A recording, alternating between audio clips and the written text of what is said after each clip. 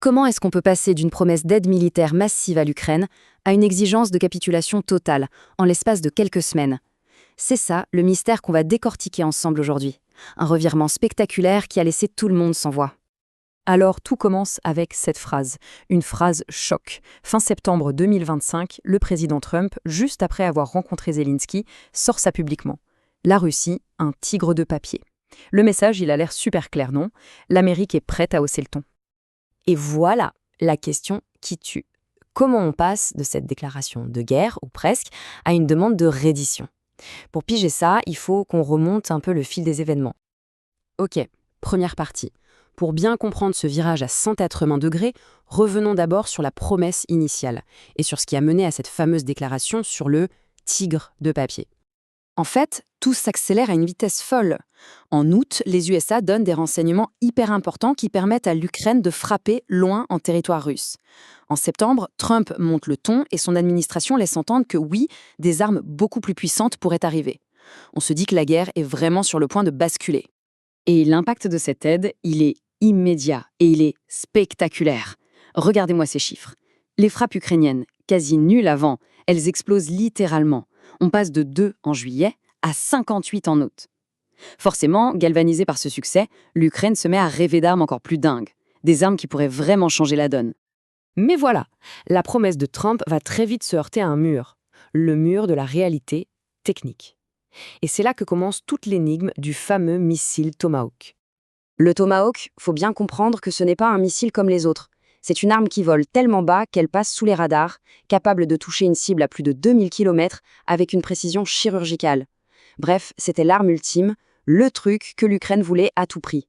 Sauf que, on ne tire pas un Tomahawk comme ça, en claquant des doigts. Il y a seulement 3 manières de le lancer. Soit depuis un navire de guerre, un destroyer, soit depuis un sous-marin, soit depuis le tout nouveau système au sol, le Typhon. Et c'est tout, il n'y a pas d'autre option. Et voilà le cœur du problème. L'Ukraine n'a aucun de ces 3 systèmes. 0 destroyer, 0 sous-marin et bien sûr 0 système Typhon. Sans le lanceur, les missiles, eh bien ce ne sont que de gros bouts de métal complètement inutiles. Alors on pourrait se dire pourquoi ne pas simplement leur donner le système terrestre, le Typhon? La réponse est hyper simple. Les États-Unis n'en ont que 2. 2 pour tout leur arsenal militaire. C'est pas un truc qu'on fabrique à la chaîne, hein. C'est un bijou stratégique ultra rare. Donc donner un Typhon, c'était juste impensable. Les États-Unis n'allaient jamais, au grand jamais, se séparer de la moitié de leur capacité de frappe terrestre. Et puis il faut imaginer le truc, c'est un système énorme qui aurait été une cible de choix pour la Russie dès la seconde où il aurait posé le pied en Ukraine. Et comme si les problèmes logistiques n'y suffisaient pas, il y avait une menace encore plus grande qui planait. Le simple fait de parler d'envoyer des Tomahawks a provoqué une réaction hyper violente de Moscou, qui a tout de suite tracé une ligne rouge très, très claire. L'avertissement de la Russie, il est signé Dimitri Medvedev, et il fait froid dans le dos. En gros, le message c'est « Comme on ne peut pas savoir si un Tomahawk envole a une tête nucléaire ou pas, on se réserve le droit de considérer chaque tir comme une attaque nucléaire directe. » Le risque devenait donc absolument catastrophique. Chaque Tomahawk qui aurait été tiré par l'Ukraine aurait pu être le déclencheur d'une guerre nucléaire, d'une riposte apocalyptique. Là, les enjeux venaient de changer complètement de dimension.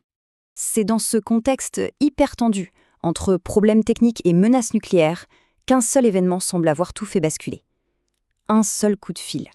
Moins d'un mois, c'est le temps qui sépare la déclaration sur le tigre de papier de cet appel téléphonique crucial. 2 heures et demie de conversation entre Trump et Poutine. Et évidemment, la question que tout le monde se pose, mais que se sont-ils dit pendant tout ce temps?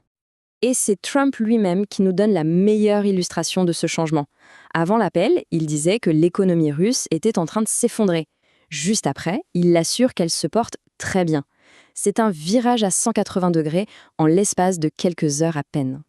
Ce qui nous amène au point culminant de cette histoire, à la confrontation hyper tendue à la Maison-Blanche, où la nouvelle politique américaine va être révélée, de la manière la plus brutale qui soit, à l'Ukraine. Le lendemain de son appel avec Poutine, Zelensky arrive à Washington. Il pense venir négocier la livraison des Tomahawks, mais la réunion tourne au cauchemar. Non seulement sa demande est rejetée, mais on lui balance un ultimatum, accepter les conditions de la Russie. D'après les sources, la rencontre a été si tendue que ça s'est terminé en cris. Et d'ailleurs, avant même que Zelensky ne mette un pied dans le bureau ovale, Trump avait déjà préparé le terrain avec les journalistes. Le discours a changé du tout au tout. L'arme qui devait faire gagner la guerre était tout à coup devenue trop dangereuse. Et voilà l'avertissement brutal qu'il y a donné en privé.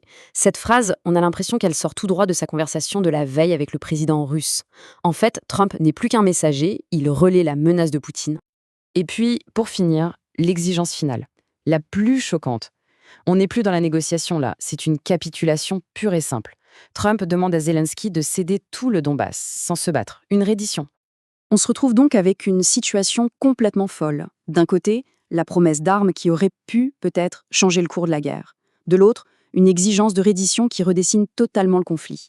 Alors entre la promesse d'une victoire et la menace d'une destruction totale, quel avenir pour l'Ukraine ?